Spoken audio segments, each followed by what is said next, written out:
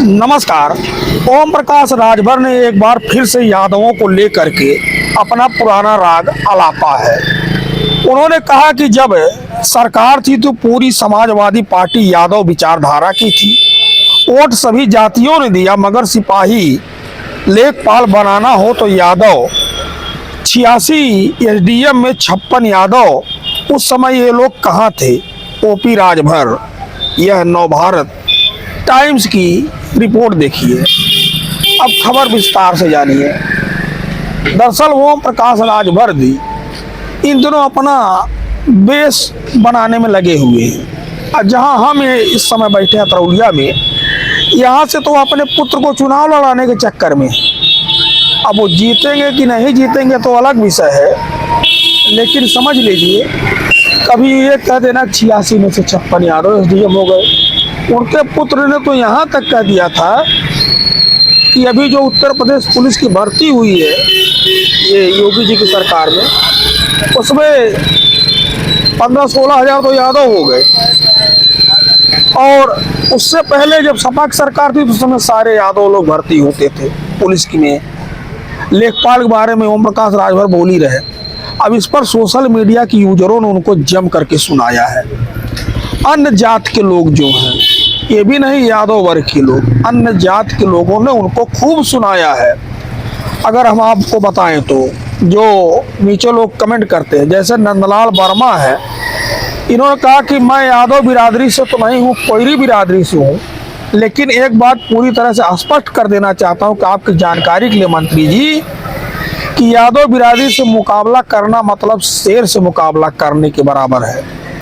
आप यादवों की बात करते हैं तो कभी प्रातः 3 बजे नींद से जागिए और मैदान में जाकर देखिए कौन कितनी मेहनत करता है। ये यादव बिरादरी एक पौवा लगाकर मैदान में नहीं दौड़ती, बल्कि एक पौवा दूध और एक पौवा दही खा करके दौड़ती है। और आगे अगर आपको बात करें तो अजय पाल कह रहे हैं आरक्षण के लिए संघर्ष करे और लाठी खाने की बात आती तो सबसे पहले यादव ही खड़े दिखाई देते। मंत्री जी, आप जो ये बात कर रहे हैं, ये बातें जो है अजब गजब है। वहीं वेद सिंह कह रहे हैं बिल्कुल सही कहा राजभर जी।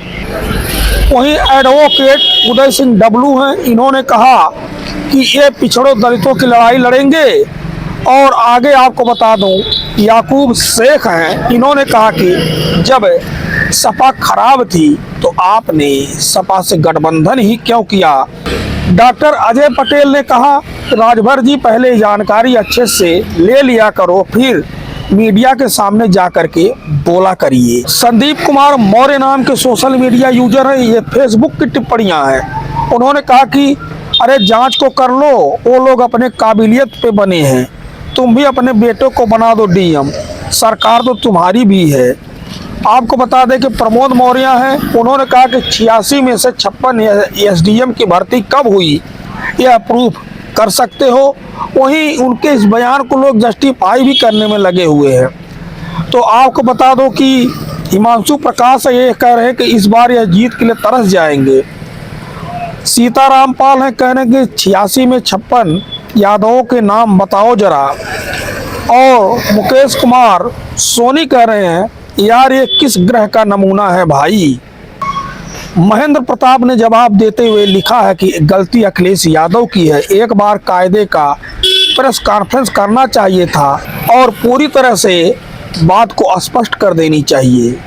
वहीं मौर्य नाम के सोशल मीडिया यूजर, उन्होंने लिखा कि तुम्हारी सरकार है, हिम्मत है कि राजभर को नौकरी दिला दो, बस अपना मंत्री पद बचाइए। और रहा सवाल 86 में से 56 यादव थे तो सिद्ध करिए, फालतू बयानबाजी मत करिए। इनके शासन काल में भी सिपाही में सबसे ज़्यादा यादव ही भर्ती होगा, किसी की प्रतिभा को कोई रोक लेगा क्या? आज भी किसी थाने पर जाइए, आपको कम से कम 4 सिपाही यादव मिल जाएंगे। प्रतिभा किसी की मोहताज नहीं होती।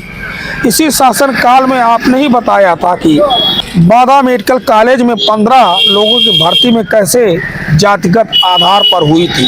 दरअसल बादा मेडिकल कॉलेज की भर्ती को प्रकाश राजभर ने कहा था कि 13 सवर्ण भर्ती हुई है और 2 जो है अन्य लोगों को भर्ती हुई है। ये तो प्रकाश राजभर खुद बोले थे।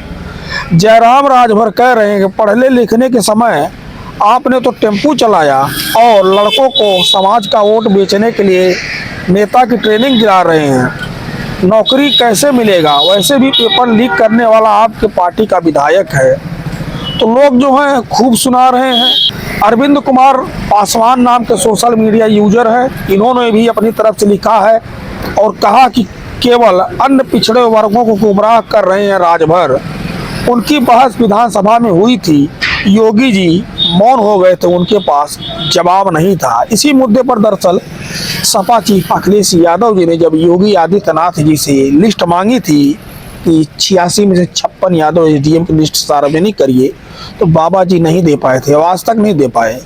वहीं उनका समर्थन करते हुए दुर्गा सिंह वैस लिखते हैं, अति पिछड़े समाज के नेता ओपी राजभर जी ने सपा को लेकर जो बातें कही हैं उसको अति पिछड़े ही नहीं अपितु सभी पिछड़े समाज के नेताओं को सुनना और समझना चाहिए, तभी असलियत समझ में आएगी। अब इसमें क्या सुनने और समझने लायक है? हालांकि सब लोग तो कह ही रहे एक स्वर में कि डाटा रख दीजिए, डाटा लोग देख लेंगे, अब सबको संतुष्टि मिल जाएगी। बात ही क्या है। धन्यवाद।